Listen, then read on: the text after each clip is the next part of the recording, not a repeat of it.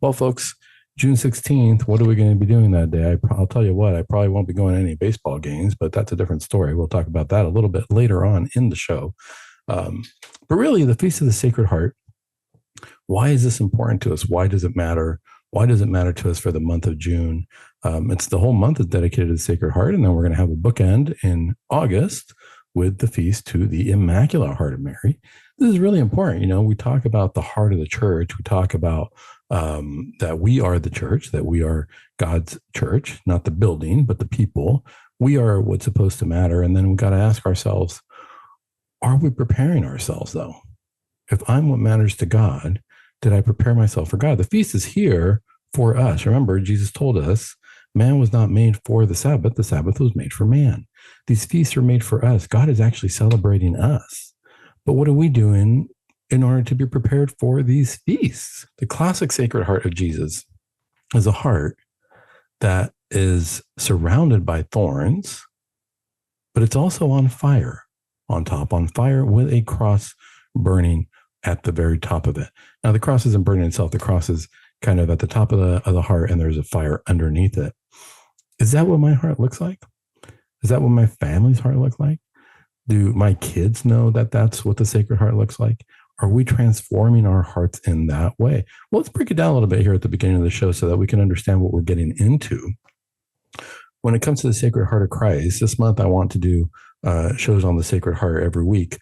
Today, we're going to focus on the promises a little bit later on because we focus a lot on the promises and we're happy about that. But we got to focus initially, just like anything else. Let's prepare for the race. Let's see how we can get to those promises. We'll start by looking at, what am I preparing for today? What does this look like? Well, it's a heart that has a lot of different features. And from a mental health perspective, from a psychiatric perspective, I got to ask myself, what does this mean? Because it's both sad and glorious at the same time. When we're looking at the Sacred Heart, there's no getting around it. I mean, you can't not look at the crown of thorns. You cannot look at the crown of thorns. It's central to it. It's surrounding it. It's right there. There's sacrifice that's going to take place. There is a sacrifice that's going to take place to taking on the Sacred Heart. Is my heart ready to take on the sacrifices?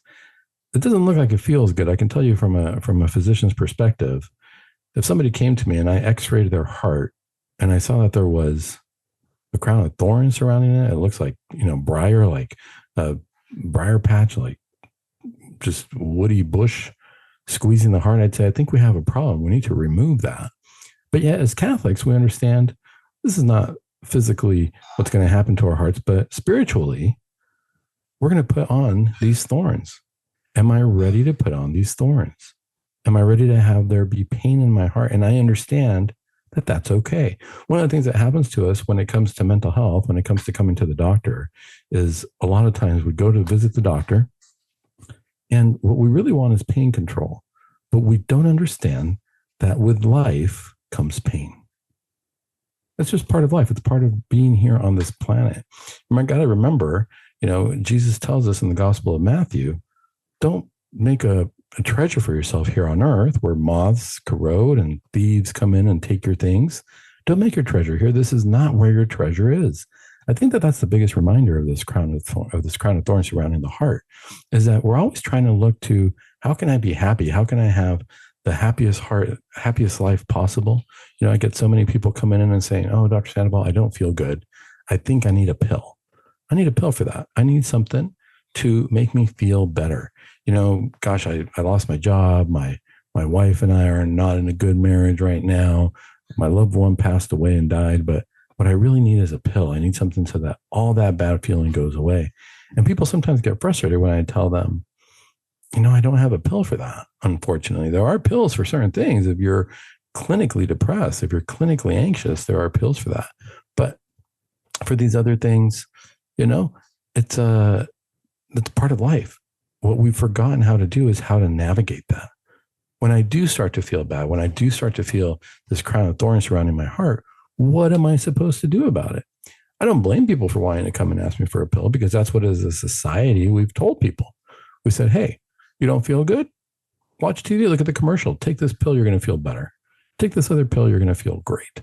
Take this, and this is a quick fix for your life so that your goal is to feel good. Well, that's not necessarily the goal of the Sacred Heart. If we look at this, there is a level of glory around it because there are rays of light coming out from behind the Sacred Heart. There's no question about that. And light is always a sign of hope, sign of heaven. But I can't stop looking at that crown of thorns. Am I ready to put that on? Spiritually, there's a place of sadness here. Why? Why is there going to be that crown of thorns?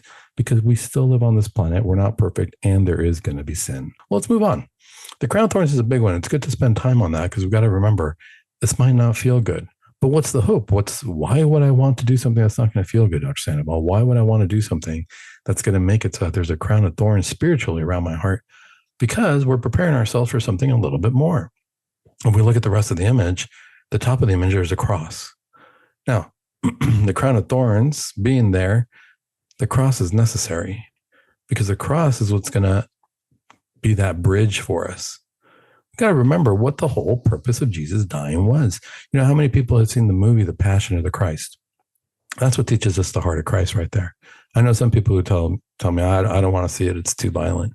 It's too sad. It's too scary. But they're more than happy to go see a whole lot of other shoot 'em up kind of movies.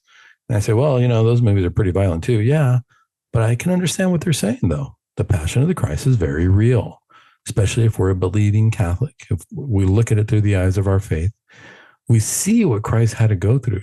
That cross is there because it's a reminder that that cross is there because the crown of thorns is there. Because there's a sadness, because there's something that needs to be repaired in our lives and on this earth that only the cross is going to fix, that only Christ's sacrifice on the cross is going to fix. It's just the facts of life. It's just the way it goes with if we're going to talk about objective truth and who the king of the universe is, and this is Jesus Christ coming down, when he's going to come back in his glory, we're going to realize, yeah, he is the king. He's the king of kings. He's in charge of everything. But how did he get there? How did he earn that? He came down and he did the mission that he was called to do by God the Father. Jesus tells us himself, he says, hey, I'm not here doing my own will. I'm here to do the will of the Father. Christ relinquished his will to do the will of the Father. Am I willing to do that? Am I prepared to change my heart into the heart of Christ by following the will of the Father? Not my own will. It's not this is what I want, but this is what God is calling me to do. We forget that a lot. You know, the cross, this is where when we're praying the rosary or what I teach my kids, or what I try to teach my kids, or what we talk about a lot is, you know, in this world, we're really, really good about talking about careers. We're really good about talking about, you know, what's on your checkoff list for life. You want to go to school. You want to get an education. You want to get this career. You want to get this type of job. I want to get this type of car. I want to get this house. And then in that we lump, I want to get married. I want to do this or that. Well, unfortunately, we don't stop to ask ourselves, what is my vocation in life? What is it that God is calling me to do? Is God calling me to get married? Why are there so many broken marriages?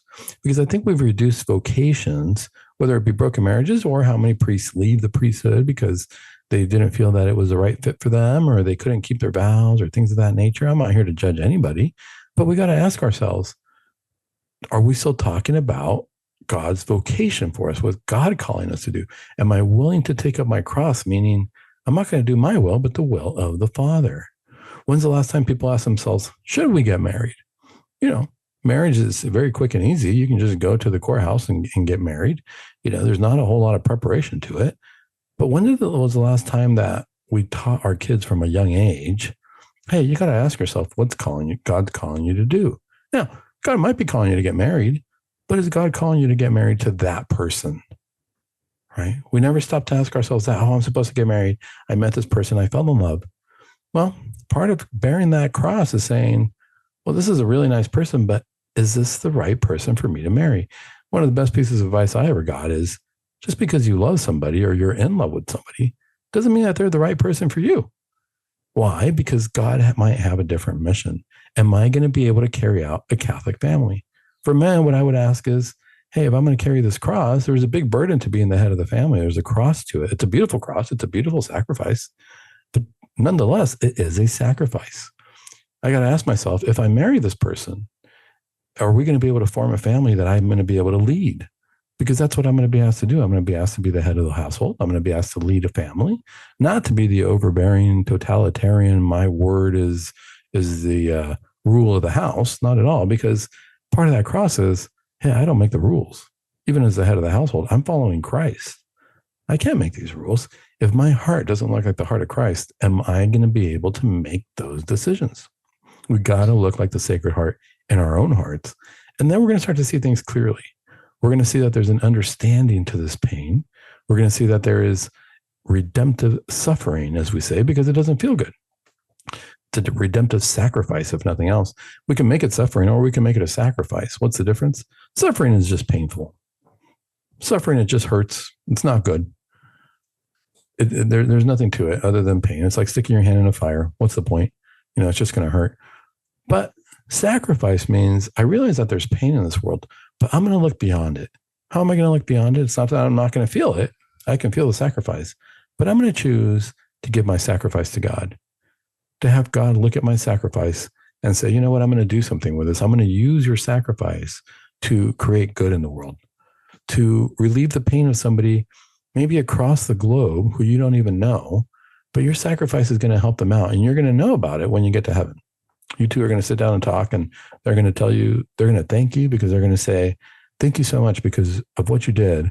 I was able to feed my kids that day, and you did that from clear around the globe. To us, it seems strange. Around the globe, in the world of heaven, we're right next to each other. It doesn't matter, right? When we look at ourselves as spiritual beings, then it transcends time and space. Our sacrifice can mean something.